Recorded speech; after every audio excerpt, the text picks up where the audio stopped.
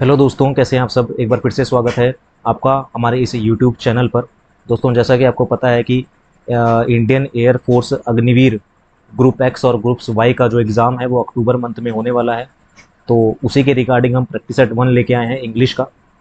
तो जिसके अंदर आपका ग्रुप एक्स और वाई में आपको पता है कि इंग्लिश आनी है, तो उसके लिए प्रैक्टिस सेट 1 है। तो इंग्लिश के कुछ इंपॉर्टेंट क्वेश्चंस को हम यहाँ पर देखने वाले हैं, तो वीडियो के एंड तक आप जरूर देखिएगा। वीडियो पसंद आए तो इसे लाइक, शेयर और चैनल को सब्सक्राइब जरूर कीजिएगा। तो स्टार्ट हम करते हैं प्रैक्टिस सेट 1 से इंग्लिश के। तो सबसे पहले क्वेश्चन की ओर हम आते हैं। तो पहला क्वेश्चन आपको जो है स्क्रीन पर दिखाई देगा अब। तो ये पहला क्वेश्चन आपको स्क्रीन पर दिखाई दे रहा है। तो आपको बताना है कि इंग्लिश का पहला क्वेश्चन है जिसमें आपको बताना है कि what will be the noun form of invade. Invade की नाउन फॉर्म क्या होती है। तो इन्वेड का पहली बात तो आपको जो है वो मीनिंग पता होना चाहिए कि इन्वेड क्या होता है। दूसरा, इसकी आपको बतानी है कि नाउन फॉर्म क्या होती है। इसकी इन्वेड की नाउन फॉर्म क्या होती है। तो इन्वेड की नाउन फॉर्म क्या होती है, तो इसका सही आंसर क्या हो जाएगा आपके पास। ऑप्शन नंबर थर्ड हो जाएगा, इन्वेजन हो जाएगा। इन्वेड की जो नाउन फॉर्म क्या होती है वो इन्वेजन होता है। ऑप्शन नंबर थर्ड आंसर हो जाएगा। अगर आपकी बात करें इन्वेडिड, तो इन्वेडिड ये क्या होता है, ये वर्ब होती है। इन्वेडिड का क्या होता है, हमारे पास वर्ब होती है। और इन्वेडिंग क्या होती है, ये भी वर्ब है। तो इसका जो नाउन फॉर्म हो जाएगा वो आपको ऑप्शन नंबर सी हो जाएगा। अगले क्वेश्चन की ओर आते हैं। अगला क्वेश्चन है हमारे पास, choose the correct option to fill in the blanks. यानी कि warning no authorise personal dash this point. यानी कि यहाँ पर वार्निंग दी गई है, कोई भी अनऑथोराइज जो पर्सनल है वो इस पॉइंट से आगे नहीं जा सकता। यानी कि किसी चीज़ से आगे जाने के लिए हम क्या बोलते हैं, बियॉन्ड दिस पॉइंट। यानी कि बियॉन्ड, इससे आगे आप नहीं जा सकते। तो ऑप्शन नंबर क्या हो जाएगा, बी आपका आंसर हो जाएगा। ऑप्शन नंबर क्या हो जाएगा, बी आपका आंसर हो जाएगा। अगर हम इस बिसाइड्स की मीनिंग की बात करें, तो बिसाइड्स का मीनिंग क्या होता है, एक्सेप्ट एक्सेप्ट करना। यानी कि मतलब किसी चीज को छोड़ के, ठीक है ना, किसी चीज को छोड़ के उसे हम क्या बोलते हैं, बिसाइड्स। बियॉन्ड होता है हमारे पास किसी चीज से किसी की लिमिट तय कर देना, उसे हम बोलते हैं बियॉन्ड। अगले क्वेश्चन की ओर आते हैं। अगला क्वेश्चन है आपके पास, कह रहा है कि आपको same as the given word आपको सिनोनियम बताना है क्वांट्री का। QUANDARY का आपको मीनिंग बताना है। तो इसका पहली बात तो क्वेंट्री का मीनिंग आपको पता होना चाहिए। जो इसका मीनिंग होता है वो होता है हमारे पास दुविधा, यानी कि कठिन स्थिति, या फिर किसी बात को लेकर दुविधा में होना, डाउट में होना, उसे हम बोलते हैं क्वेंट्री। किसी बात को लेकर डाउट होना, दुविधा होना, उसे हम बोलते हैं क्वेंट्री। इसका जो सही आंसर क्या हो जाएगा, इसका सिनोनियम आपको बताना है, तो वो हो जाएगा इम्पास। इम्पास हो जाएगा, यानी कि ऑप्शन नंबर ए आंसर हो जाएगा। इसका मतलब भी क्या होता है कि लोगों के सहमत ना हो पाने से उत्पत्ति कठिन स्थिति जो होती है, असमंजस जो होता है, यानी कि गतिरोध जो होता है, उसे हम बोलते हैं इम्पासी। इसका सही आंसर हो जाएगा। अगर हम बात करते हैं किंच की, CINCH की, तो जो करने में आसान होता है उसे हम बोलते हैं किंच। ऑप्शन नंबर बी का मतलब क्या होता है, mean something that is easy to do. जो कोई भी चीज करने में जो आसान हो उसे किंच बोलते हैं। अगर बात करते हैं हम क्लिक, CLIQUE की, तो इसका मतलब होता है समान रुचि वाले व्यक्तियों की छोटी मंडली, जिसमें अन्य लोगों का प्रवेश जो होता है वो अवांछनीय होता है। यानी कि एक गुट बनाने का, एक ग्रुप बना लेना, उसे हम बोलते हैं क्लिक। ब्रीज की अगर हम बात करें, तो ब्रीज का मतलब होता है that is very easy and effortless जो होता है, उसे हम ब्रीज बोलते हैं। ब्रीज और क्लिंच दोनों आपस में क्या है, सिनोनियम है। ये दोनों आपस में सिनोनियम है। क्लिक का मतलब होता है कोई ग्रुप बना लेना, और क्वेंड्री का मतलब क्या होता है, दुविधा होता है। यानी कि ऑप्शन नंबर क्या हो जाएगा इसका, ऑप्शन नंबर ए इसका आंसर हो जाएगा। अगले क्वेश्चन की ओर आते हैं। अगला क्वेश्चन आपके पास, अंडरमाइन का एंटोनियम आपको बताना है। What is the antonym of undermine. Undermine का मतलब क्या होता है, सीक्रेटली किसी चीज को, मीन्स किसी को कोई चीज सीक्रेटली करना, उसे हम बोलते हैं अंडरमाइन। तो इसका सही आंसर क्या हो जाएगा, एंटोनियम आपको बताना है, तो इसका सही आंसर हो जाएगा एनहेंस। आपका ऑप्शन नंबर डी इसका आंसर हो जाएगा। क्या हो जाएगा, एनहेंस इसका एंटोनियम हो जाएगा। ठीक है ना, किसी चीज को सीक्रेटली करना, किसी चीज को वीक करना, वीकन होता है, सबवर्ट होता है, तो ये सब इसके एंटोनियम है। इसका जो एंटोनियम हो जाएगा वो एनहेंस हो जाएगा। ऑप्शन नंबर डी आंसर हो जाएगा। अगले क्वेश्चन की ओर आते हैं।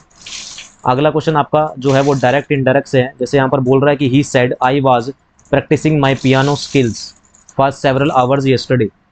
तो इसका आपको क्या बताना है, ये डायरेक्ट है, आपको इनडायरेक्ट बताना है। तो ही सेड का क्या बनेगा, इन्वर्टेड कोमा हटा के क्या बनता है, दैट बनता है। तो टोल्ड नहीं होगा, इन्फॉर्म्ड नहीं होगा, तो ही सेड दैट होगा। या तो ऑप्शन नंबर बी होगा या ऑप्शन नंबर सी होगा।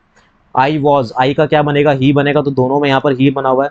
वॉज आपका पास्ट फॉर्म है, तो यहाँ पर क्या बन जाएगा, और आईएनजी फॉर्म है तो हैड बीन आ जाएगा, तो ऑप्शन नंबर क्या हो जाएगा, सीधी सी बात है ऑप्शन नंबर सी मेरा आंसर हो जाएगा। तो he said that he had been practicing his piano skills for several hours that day before. अगले क्वेश्चन की ओर आते हैं। अगला क्वेश्चन है आपके पास 3 novels and 2 story books had been written by him before 2020। तो ये पैसिव वॉइस है, इसका एक्टिव वॉइस आपको बनाना है।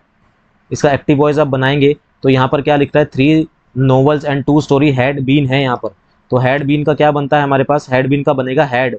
तो हैड कहाँ पर है हमारे पास, एक ऑप्शन ये है, यहाँ पर हैड बीन है, ये आंसर नहीं होगा, इसमें हैड है ही नहीं, इसमें भी हैड नहीं है, तो क्या बचा हमारे पास, ऑप्शन नंबर 3 बचा, ये आपका आंसर हो जाएगा।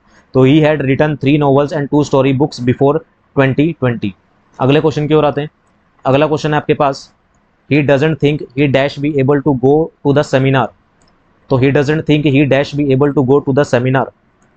तो ही डजंट थिंक क्या आ जाएगा इसका सही आंसर, इसका सही आंसर आ जाएगा he will be able to go to the seminar. तो ऑप्शन नंबर क्या हो जाएगा हमारे पास, ऑप्शन नंबर सी आंसर हो जाएगा। अगले क्वेश्चन की ओर आते हैं। अगला क्वेश्चन है हमारे पास, ओनली स्पेल्ड करेक्टली, इनमें से कौन सा वर्ड है जो सही लिखा गया है।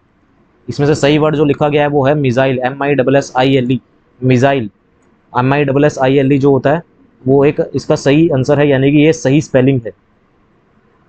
अगर मैनेजेबल की अगर सही स्पेलिंग देखें तो मैनेजेबल की सही स्पेलिंग होती है MANAGEABLE, ये मैनेजेबल होता है। मेंटेनेंस की अगर सही स्पेलिंग देखें तो मेंटेनेंस की होती है MAIN, मेंटेनेंस TENANCE होती है। और मिलीनियम की अगर सही स्पेलिंग देखें तो MILLE, ये आ गया मिलीनियम, NNIUM होता है। तो ऑप्शन नंबर सी इसका आंसर हो जाएगा। अगले क्वेश्चन की ओर आते हैं। कहता है कि फिर से आपका यहाँ पर है, he whistle to himself as he walk down the road. तो आपको बताना है कि choose the correct option that means the same in the given. तो कैसे और लिखा जा सकता है, इसका सही आंसर आपको बताना है। तो इसका सही आंसर हो जाएगा आपके पास option number C, whistling to himself. He whistle to himself मतलब whistling to himself he walk down the road. Option number क्या हो जाएगा, सी आंसर हो जाएगा। अगले क्वेश्चन की ओर आते हैं। The protesters dash when the police used tear gas. तो प्रोटेस्टर को जब टीयर गैस यूज होता है तो क्या होता है, आंखों में क्या होता है, जलन होती है। तो प्रोटेस्टर क्या हो गए थे और इधर उधर भागने लगते हैं, मतलब कि डिसअपियर्ड हो गए, डिस्प्रेस्ड हो गए थे, डिस्पर्स्ड हो गए थे। डिस्पर्स का मतलब होता है तितर बितर हो जाना, यानी कि इधर उधर फैल जाना। तो डिस्पर्स्ड हो गए थे, जो प्रोटेस्टर्स होते हैं वो डिस्पर्स्ड हो गए थे when the police use the tear gas. अगले क्वेश्चन की ओर आते हैं। कहता है कि hurrah we have won the match, इसका असर्टिव सेंटेंस है, इसका असर्टिव बनाना है। Hurrah we have won the match, इसका असर्टिव बताना है। असर्टिव में क्या बनेगा इसका, तो असर्टिव अगर आप बनाएंगे तो इसका बनेगा आपके पास option number C, we rejoice to have won the match. Assertive बनाने के लिए क्या होगा, असर्टिव या फिर हम कहें डिक्लेरेटिव भी इसे बोलते हैं। तो डिक्लेरेटिव बनाएंगे तो we rejoice to have won the match, option number C answer हो जाएगा। अगले क्वेश्चन की ओर आते हैं। अगला क्वेश्चन आपका एरर का है, इसमें आपको एरर ढूंढना है, एरर नहीं, इसमें आपको बताना है कि एक सही क्रम में लगाना है इसको। For them to go the place has got so many peoples packed into the space and there is nowhere. तो सबसे पहले तो आपका द से स्टार्ट होगा, the place has got so many places, तो सबसे पहले आ जाएगा two, so many people, the place had got so many people. तो इसके बाद आ जाएगा तीसरा, packed into this space and there is nowhere for them to go. उसके बाद आ जाएगा हमारे पास चौथा, चौथे के बाद आ जाएगा पहला। तो 2 3 4 1 इसका आंसर हो जाएगा। The place has got so many peoples packed into the space and there nowhere for them to go. अगले क्वेश्चन की ओर आते हैं। अगला क्वेश्चन है आपके पास, I could see the houses they are utterly bright in color from far away because and they have used bright green and red yellow colors. I could see the houses। तो सबसे पहले तो आई से start हो जाएगा, आई आपका capital letter में लिखा गया है, तो सबसे पहले आ जाएगा 1, आई कुड सी द हाउसेज। इसके बाद आ जाएगा हमारे पास फ्रॉम फार अवे, दूर से मैं उसे देख सकता हूं, तो इसके बाद आ जाएगा तीसरा। उसके बाद आ जाएगा चौथा, नहीं इसके बाद आ जाएगा, इसके बाद कलर की बात हो रही है तो कलर के लिए आप क्या लगाएंगे, पहले आपके पास they are utterly bright in colour, इसके बाद आ जाएगा दूसरा and as they have used, क्योंकि उन्होंने यूज किया क्या यूज किया, ग्रीन रेड और येलो कलर यूज किया। तो 1 3 2 4 इसका आंसर हो जाएगा। तो 1 3 2 4 आपका ऑप्शन नंबर हमें दिखाई दे रहा है चौथे में, तो चौथा इसका आंसर हो जाएगा और 1 3 2 4 इसका करेक्ट हो जाएगा। अगले क्वेश्चन की ओर आते हैं। अगला क्वेश्चन है आपका, आपका पैराग्राफ से। तो जैसा कि आपको यहाँ पर पैराग्राफ दिखाई दे रहा है, ये पूरा पैराग्राफ है, ठीक है। तो इसके हम पहले क्वेश्चन पढ़ लेते हैं। क्वेश्चन में आपको बोला गया है कि with which of the following doesn't include the people who died during this sport. तो with which of the following doesn't including the people who died during the sport. तो आपको इसका सही आंसर ढूंढना है कि क्या होगा। डाइड ड्यूरिंग द स्पोर्ट, तो मैं यहाँ पर ढूंढ लेता हूँ। मैं थोड़ा सा स्लो कर रहा हूँ ताकि आप पैराग्राफ आराम से वीडियो को पॉज करके पढ़ सकें, उसके बाद अपने आप खुद आंसर जरूर कीजिएगा। तो मैं यहाँ थोड़ा सा नीचे की तरफ देख रहा हूँ।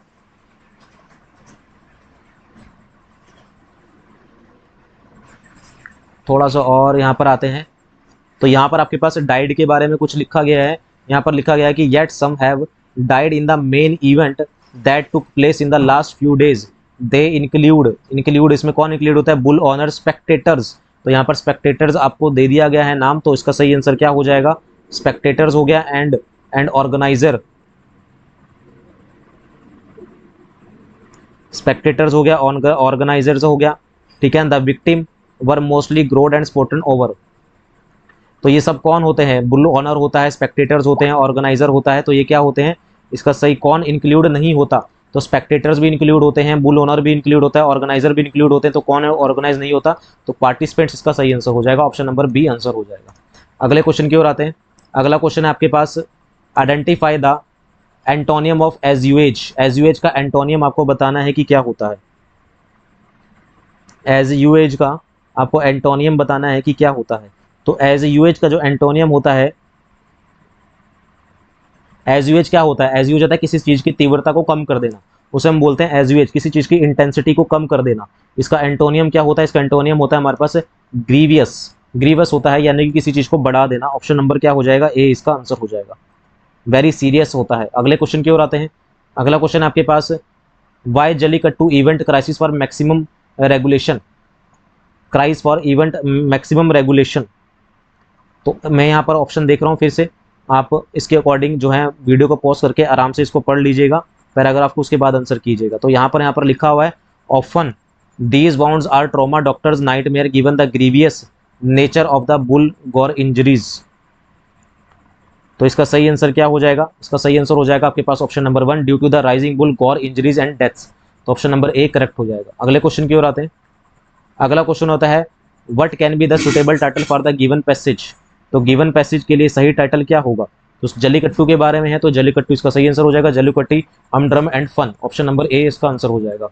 अगले क्वेश्चन की ओर आते हैं, who can be implied for the statement it is only the old voice that sees it as a relic of the feudal past. तो ये स्टेटमेंट किसने दी थी, तो यहाँ पर पहले तो हम ये स्टेटमेंट हम ढूंढ लेते हैं कि कहाँ पर ये स्टेटमेंट है।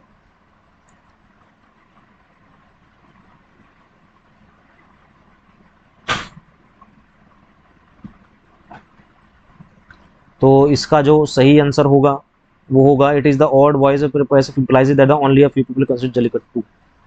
तो इसका जो सही आंसर होगा वो होगा आपके पास option number B, only a few people considered it to be a spot of ancient social system. तो ऑप्शन नंबर क्या हो जाएगा, बी मेरा आंसर हो जाएगा। अगले क्वेश्चन की ओर आते हैं। अगला क्वेश्चन है आपके पास, which can be the suitable given sentence. One word substitution है, one who is determined to exact full vengeance for wrong doing to him, for rowing doing to him. तो इसका वन वर्ड आपको बताना है, तो इसे क्या कहेगा, इसे सही आंसर क्या हो जाएगा आपके पास, विंडिक्टिव हो जाएगा। ऑप्शन नंबर बी आंसर हो जाएगा। विंडिक्टिव कौन होता है, who is determined to exact full vengeance for wrong done to him. तो इसका सही आंसर क्या हो जाएगा, ऑप्शन नंबर बी आंसर हो जाएगा। अगले क्वेश्चन की ओर आते हैं। अगला क्वेश्चन है आपके पास, इट इन हॉट वाटर्स। आपका ये ईडियम एंड फ्रेज है, इसका मतलब क्या होता है, इन हॉट वाटर्स का मतलब होता है आपका मुसीबत में पड़ जाना, इन टू बी इन ट्रबल। तो ऑप्शन नंबर बी में ए मेरा आंसर हो जाएगा। तो ये थे आपके पास अग्निवीर वायु के लिए ग्रुप एक्स और ग्रुप वाई के लिए आपके पास 20 इंपॉर्टेंट क्वेश्चन इंग्लिश के। अगर इस सीरीज़ पे जो है वो रिस्पांस अच्छा जाएगा तो हम आपके लिए इसी तरह से प्रैक्टिस सेट जो है वो लेके आते रहेंगे। रागा जो होता है यानी कि जिसके अंदर आपका रीजनिंग होता है, जनरल अवेयरनेस होता है, मैथ भी होता है, तो वो भी लेके आएंगे, उसके भी प्रैक्टिस सेट्स हम आपके लिए लेके आएंगे 30 क्वेश्चंस का। तो ये 20 क्वेश्चंस का था इंग्लिश का। उम्मीद है वीडियो आपको पसंद आई होगी। वीडियो पसंद आई तो इस सेशन को लाइक, शेयर और चैनल को सब्सक्राइब जरूर कीजिएगा। मिलते हैं इसी तरह के अगले पार्ट में। अभी के लिए इतना ही, धन्यवाद, थैंक यू वेरी मच।